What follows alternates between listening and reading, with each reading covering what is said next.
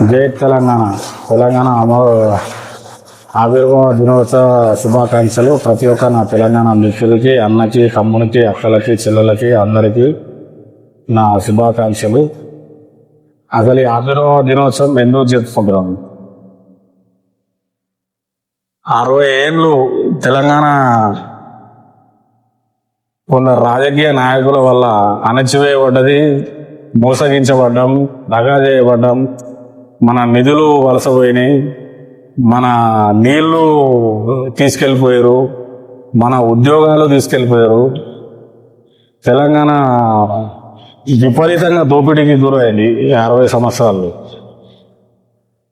పలు దఫాల ఉద్యమం జరిగినా, ఎన్నో వేల మంది బలిదానాలు జరిగినా కూడా తెలంగాణ ససమీరా అంటే కూడా ఇవ్వని దుస్థితి. అలాంటి టైంలో ఒక నాయకుడు 2004లో ఉద్యమ సంస్థ పెట్టి తెలంగాణ రాష్ట్ర సమితి అని పెడితే అతన్ని హేళన చేసారు, విపరీతంగా హేళన చేసిండు. ఈయన వల్ల ఏమవుతుంది, ఈయన ఏం చేస్తాడు, ఎంతమందిని ఎకటా చేయగలుగుతాడు, ఎంతమందిని చేయగలుగుతాడు, ఈయనతో ఏమవుతుంది అని నవ్వేరు, వెకిలి నవ్వేరు, విపరీతంగా కించపరిచారు. ఆయన పదవులు కోరుకోలే, తెలంగాణ కోసం ఎన్నోసార్లు రాజీనామా చేసిండు. మన విద్యార్థులను స్మోక్ బాంబ్స్ వేసుకుంటా, టియర్ గ్యాస్లు వేసుకుంటా, లాఠీ చార్జ్ చేసుకుంటా విపరీతంగా హింసలు పెట్టారు. కానీ ఎప్పుడు కూడా ఉద్యమం చేపట్టిన నాయకులు మాత్రం అహింస మార్గం సైడ్ పోలేదు. పెన్నోన్ చేస్తే ఎస్మా ప్రయోగిస్తామని చెప్పారు. అయినా కూడా మన తెలంగాణ ప్రజలు భయపడలేదు. ఎందుకు? దాని వెనుక ఉన్న ఒకే ఒక గొంతు, మన తెలంగాణ రావడానికి కారణమైన కల్వకుంట్ల చంద్రశేఖరరావు గారి, వారికి నా ఫస్ట్ ధన్యవాదాలు తెలుస్తుంది. తెలంగాణ వస్తే చిమ్మ చీకట్లో ఉంటుంది తెలంగాణ అన్న మాజీ ముఖ్యమంత్రి ఇప్పుడు ఆయన్నే కనుమరుగైపోయింది, ఆయన్నే చిమ్మ చీకట్లోకి వెళ్ళిపోయాడు. తెలంగాణ విరజిల్లుతుంది. ఇప్పుడు తెలంగాణ వస్తే ఒక పంట భూమి కూడా పండదు అన్నారు. కానీ తెలంగాణ వచ్చిన తర్వాత ఏటా 4 పంటలు పండే పరిస్థితికి తీసుకొచ్చింది తెలంగాణ.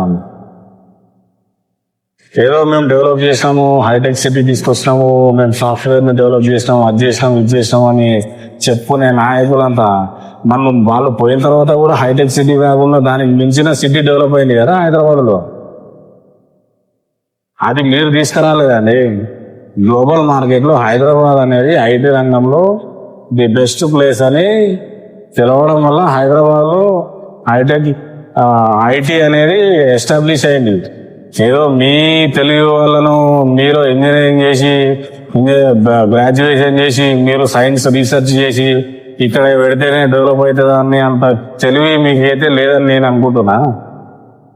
ఏదో లాబింగ్ చేసుకొని ఇక్కడ తీసుకొచ్చి నా వల్లనే హైదరాబాద్ ఎదిగింది, నా వల్లనే హైదరాబాద్ అదైంది, నా వల్లనే హైదరాబాద్ ఇదైంది అని చెప్పుకునే నాయకులు తప్ప నిజంగా తెలంగాణ కోసం కొట్లాడిన నాయకులు అని గుర్తిస్తే పట్టుమని 10 మంది కూడా ఉన్నారు. ఉద్యమకారులు ఉన్నారు, నాయకులు మాత్రం చాలా తక్కువ ఉన్నది.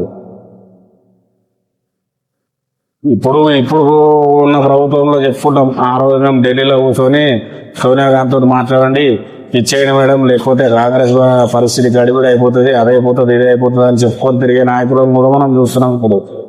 కానీ రియల్ లైఫ్లో ఎవరు నిలబడి కొట్లాడింది, సావు అంచుల దాకా పోయి వచ్చింది ఎవరు అనేది తెలంగాణ ప్రజలు మనం ఖచ్చితంగా గుర్తు పెట్టుకోవాలి. కానీ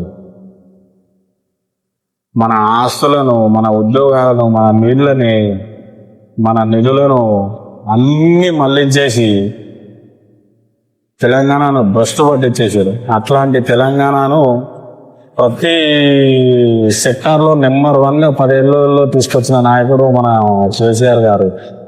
అంటే నేను ఇక్కడ ఏదో కేసీఆర్ ఫ్యాన్ అని కేసీఆర్ గురించి చెప్తున్నాను అనుకుంటే అది మీ మూర్ఖత్వం అవుతుంది. Everybody seen his visionary and his development. ఆయన విజనరీ చూశారు, ఆయన డెవలప్మెంట్ చూశారు.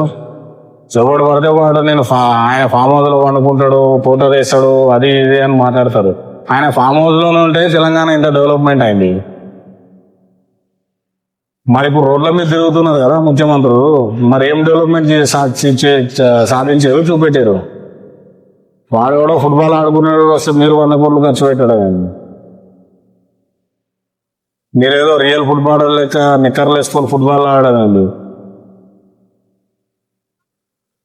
ఏమి డెవలప్మెంట్ మీద ఫోకస్ పెట్టండి. ఈ రోజు ఇది ఎందుకు మాట్లాడాల్సి వస్తుంది అంటే, ఈ రోజు తెలంగాణ ఫార్మేషన్ అయింది కాబట్టి ఇవన్నీ మాట్లాడాల్సి వస్తుంది. నా అలాగే ప్రతి గొంతుకకు ఇలా మాట్లాడాలని ఉంటుంది కానీ కొంచెం సంశయించో భయపడో కేసులు పెడతారనో సఫాయిస్తారనో అది చేస్తారనో ఇది చేస్తారనో భయపడి మాట్లాడరు. తెలంగాణ ప్రజలకు మాట్లాడరాక కాదు, మాట్లాడితే మేము ముఖం బయట పెట్టుకోవాలన్నా కూడా అర్థం కాదు. ఒక్కొక్కరికి అంత నాలెడ్జ్ ఉంది, ప్రతి ఒక్క అంశం మీద విశ్లేషించగలుగుతారు, మాట్లాడగలుగుతారు, అనాలిసిస్ చేయగలుగుతారు.